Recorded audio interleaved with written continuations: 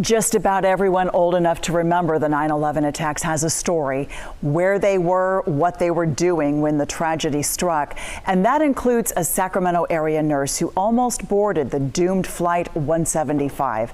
20 years later, she's reliving that life-changing experience, spending days at Ground Zero treating New York's first responders. KCRA 3's Brittany Johnson has her story. It's like, oh my God. Unpacking a flood of emotions. Got my respirator. And memories. There's meds in here and there's all kinds of stuff.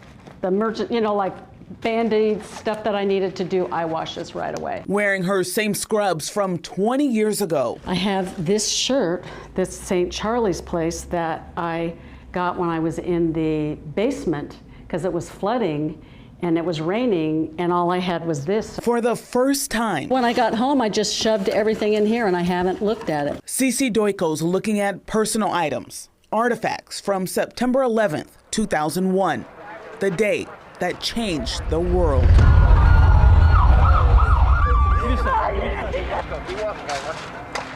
That's my helmet that I wore, and I have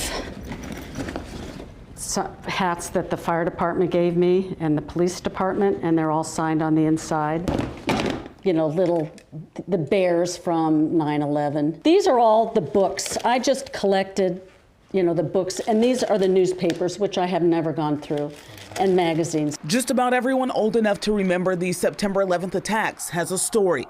The way they saw things, the way they remember things. This is Cece's. Cece flew to Boston to drop off her son at school. On her way back to California, I had coffee in Logan Airport. She tried getting on an earlier flight, United Airlines Flight 175. They were going to charge me $150, so I said for 2 hours, I'm going to sit here. That was the flight that went into the World Trade Center. I got a phone call, and it was my husband, and he thought I was on the earlier flight. And then I got another phone call from my son at the Naval Academy, and he thought I was on the earlier flight. All flights were grounded after the attack. Cece was able to get one of the few hotels available. Took perfect strangers into my room at the Hampton Inn. Now her focus was getting to New York, where her sister lived. Got to the Hampton Inn and walked next door and rented a car, which was very fortunate. So about 3 o'clock in the morning, I left, and I had, again, perfect strangers in the car because people were trying to get to New York. That's me. There's my twin sister. Both nurses. They didn't hesitate when the call went out to help New York's first responders. They were asking for ophthalmologists and doctors and ophthalmologists. So we had all this medical equipment that we were storing because we do eye medical missions. They went to a staging area away from Ground Zero. It was empty. First responders refused to leave injured brothers or sisters behind. They would not leave. They had to be there for their friends. They had to be there for their friends and their families. Seeing firefighters congregating at a damaged building, Cece and her sister took matters into their own hands. Cece, fill that bucket with the stuff. We're going to a bar. Lights and the clicking from the skaties that the people wear, and water and just smoke and fire and everything. And I'm walking in and I'm scared out of my wits. And all of a sudden, I wasn't afraid anymore. Cece put her fear and safety aside to give selfless comfort and care to ironworkers, police, firefighters, and volunteers. This was our sign. And I'm not going to take it out of the plastic because it has dust on it. She and other medical professionals set up shop inside St. Charlie's Place, a bar that would serve as a treatment center for days to come. There was no rescue. I mean, as we all know, there was very few rescue.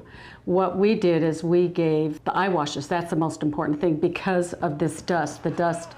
And when you consider the dust consisted of glass, cement, it was a crematorium.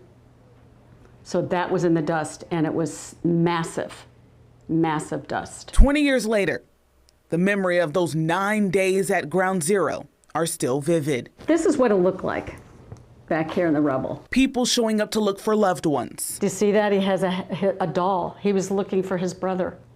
Many of these people that were here were looking for relatives or friends. Administering aid to people without any electricity or running water. I laid down and was asleep, and then someone woke me up, and they had someone that needed an IV started, right?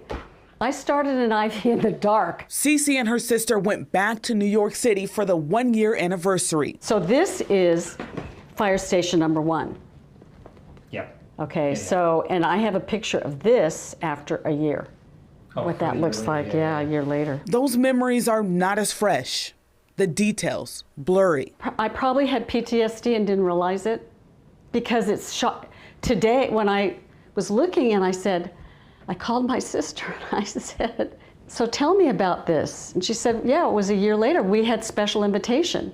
Like we got to go into the fire stations and I looked at the pictures and I can kind of remember that, but I don't remember that weekend. Although her mind might block out certain memories, Cece will never truly forget the traumatic event. Her experience at Ground Zero had a profound effect on her life.